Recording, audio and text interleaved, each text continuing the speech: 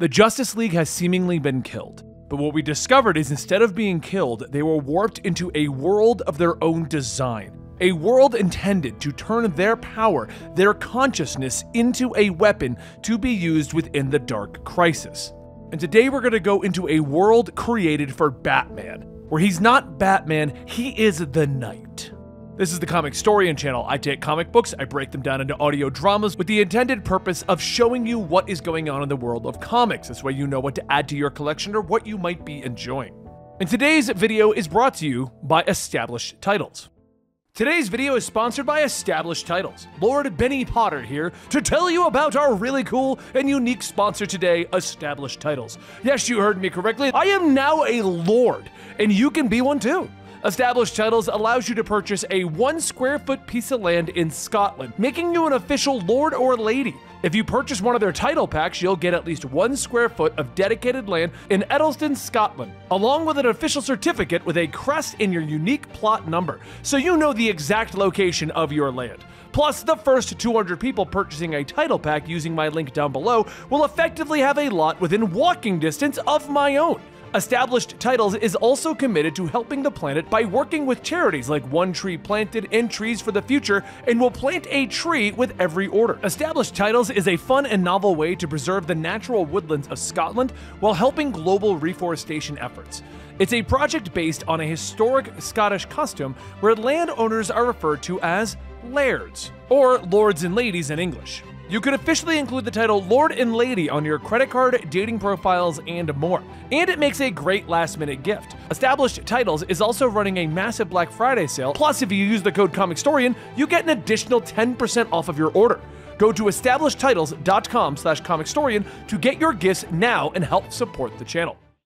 Now today we're going to be doing Worlds Without the Justice League, Batman and Zatanna. They are both in the same issue, and we're going to talk about each of them as we go through it. But it's time to find a new version of Batman. A version that isn't quite the Batman that we know.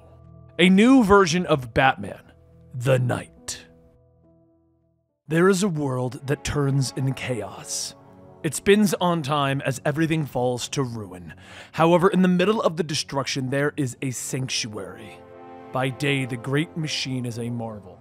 It spins order from chaos, the tumblers and tines of a sacred system, a metronomic megalopolis. This city is Gotham.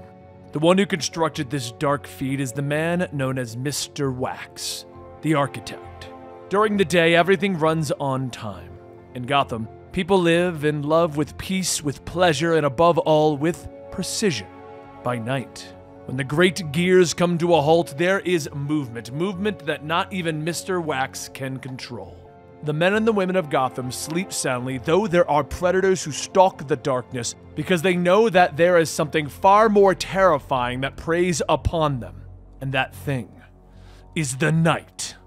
Armed with his cogwheels, the Knight takes down those who creep in from the Madlands to get a piece of paradise. But tonight is different. Though routine taking down the thieves, one among them tonight fought back. Fruitlessly, but fought back nonetheless.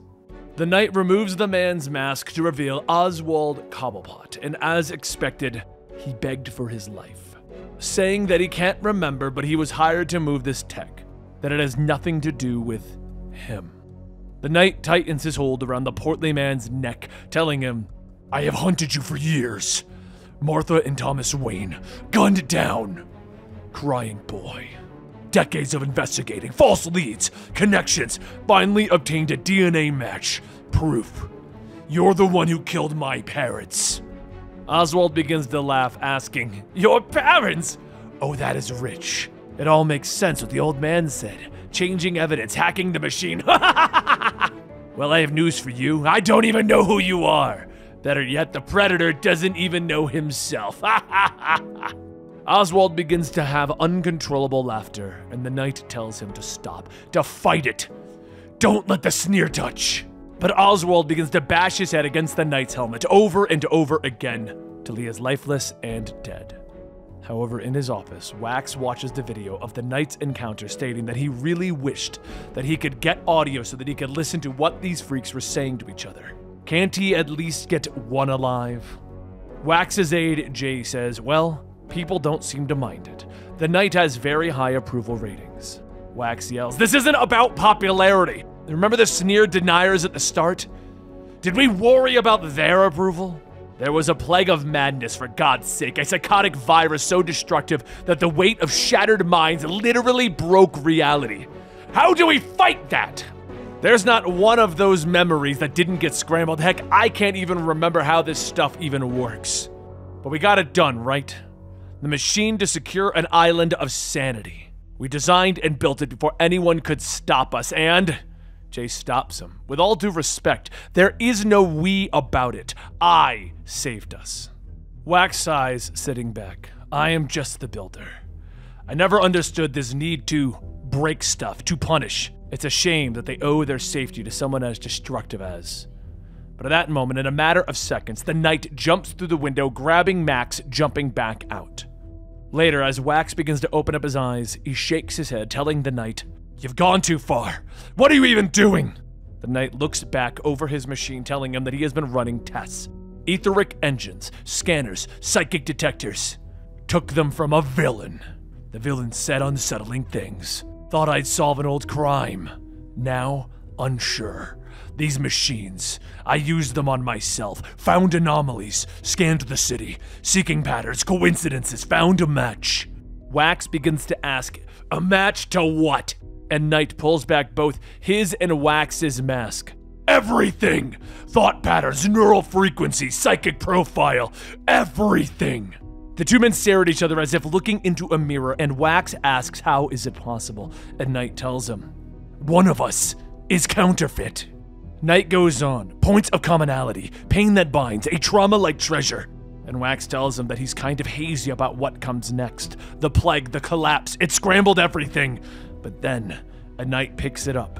The divergence. You are a soul fated to build, wealth and intelligence, yes, but more so, charm and hope, enough to engineer a miracle. Wax tells him, "I've always hated the name Wayne. It's like to wane, you know, to fade out." Then there was another soul, one doomed to darkness, a soul whose gravity was its pain, whose bright corneas of identity collapsed in the foam and force of its own hatred, who chose to become a myth. And then a voice calls out to Knight as a group of men with their faces covered walk in and whisper something. Wax looks at the scars on each of the men's heads, asking, "What?" And Knight says that they are the three red beasts. Informants, listeners, watchers, my family. "Who are they?" Wax says, "I know who they are, but they're..." And Knight pulls down the face covering. "Sneer-touched, yes, a minor operation. It cures the madness, leaves them pliable, blank, useful." Knight walks over to the computer. "The equipment that you seized emitted a signal, sent it to my sons to track it." The two head into the Madlands as Knight says that it's intriguing. "You never wondered who killed your parents?" Wax tells him, "Of course I did, but what difference does it make?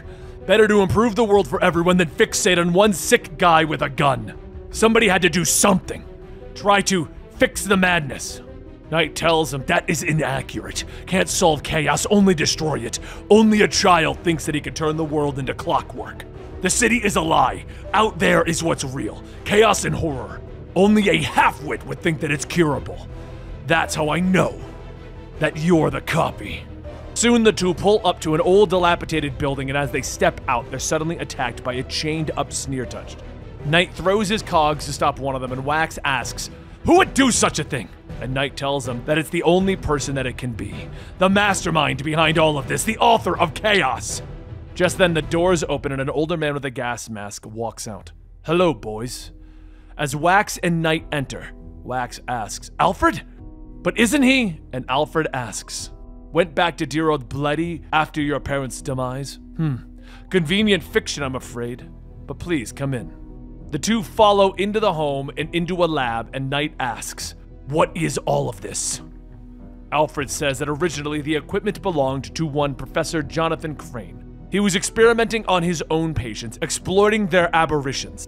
Imagine he thought it was going rather well until they brought in inmate 3141. This inmate was a nameless drifter, killer, but his unique physique overloaded Crane's machines even though they atomized his body. What emerged, what escaped, defies sense. A distillation of insanity, a psychic virus strong enough to overthrow an entire world, but not Gotham, not him. It is here that young Master Bruce studied the aftermath of Crane's catastrophe, the electric miracles of Maxi Zeus, the nerval trickery of Jarvis Tech, the cryogenics of Victor Freeze. I could go on, but Crane had reduced them all to data.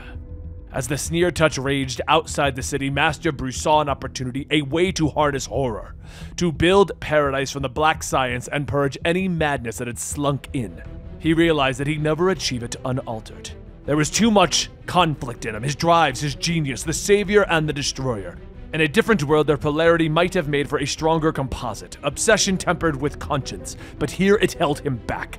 So he cut them apart. Wax asks, which one of us is the fake? Alfred tells him, both, neither. The first body was copied so perfectly that it makes no difference, only the psyches are distinct. Alfred flips a switch, starting the machines, telling them that unfortunately, it simply isn't effective, that you both know that. We've tried it once or twice. I'm dreadfully sorry, Masters. Erasing memories, uploading new criminal evidence. This will be the 53rd time that you reset. Sooner or later, one or both of you will always find a way back here. As Wax and Knight collapse, Red Beasts come in and pick up the bodies, and Alfred tells them to take the boys home. They should probably thaw out another nemesis. Later, Wax wakes up in his office forgetting everything that just happened, and Knight finds the villain that he's been hunting for years. He finally has the DNA evidence. Victor Zsasz is the one that killed his parents. So this story is actually pretty cool. I really did enjoy it. It's a concept of, in an alternate universe, what if Batman and Bruce Wayne were truly separate, and Alfred was the mastermind trying to steer them to the goal? And what if they never could get there because Batman just will not agree with something that is fake? I enjoyed it. I thought it was a lot of fun, but what do you guys think down below? But before we can wrap up today, there's one more story to be told. There's the Worlds Without the Justice League Zatanna universe. There's magic in the world, but most people get it wrong. They define magic as extraordinary, but power can be obtained, created, destroyed, and the only true magic, the unbreakable magic, the impossible to recreate magic, is time. There's never enough time, and time is running out. They're coming. She has to find someone first. If only she could slow time down. She can feel it as she travels Earth to Earth. She could feel someone trying to stop her. Not yet. She can't go back yet. This is her one chance. Here, no, here, maybe. As Zatanna appears, John Constantine stumbles out of a diner, taking a deep breath, finally stating that he made it. She makes it bloody hard to get a hold of. She can't keep this up. She isn't infinite. She's going to deplete herself. Zatanna asks, "This is my world, isn't it? I'm in control. Who the hell are you to tell me what to do?" John tells her that she knows exactly who he is, and then transforms into herself, stating that she took the form of John because, as much as she hates to admit it, he is often the voice of reason in their life. She is no god.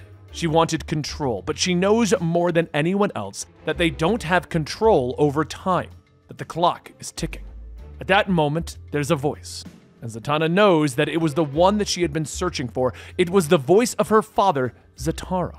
No matter how much time passes, she still feels like that young girl who just wants to spend time with her father, who looks at him like he hangs the moon, the stars, and the whole world. Zatara says that it's about time, and Zatanna smiles, stating that she wanted to make sure that it was all just right. She couldn't bring him back, even though she missed him so much. Zatara hugs her, stating that they've now got all the time in the world, and Zatanna says that that's not true. At that moment, there's a flash of light as the liberated Justice League members arrive, telling her that it's time to leave. Zatanna says that she knew that they'd find her and that there wouldn't be enough time. Batman tells her, "Trust me, no matter how you shaped this world, it'll never be enough time." Zatanna tells him that he's right. But that's the thing about time. It's the most powerful magic that they never stop fighting. Zatanna pulls out her magical sword. Okay, let's go kick some universe-distorting ass.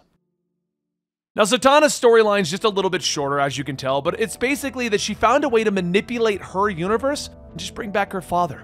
But the whole point is that she couldn't do it until the end because there was never any time to talk to her father. I hope you guys enjoyed today's Worlds Without the Justice League. And don't forget to check out our sponsor and check us out over at Patreon and YouTube memberships. If you sign up over there, you'll get early access to a lot of our videos, and we'd love to have you be a part of the family. Thank you guys for your continued support, and I'll see you next time right here.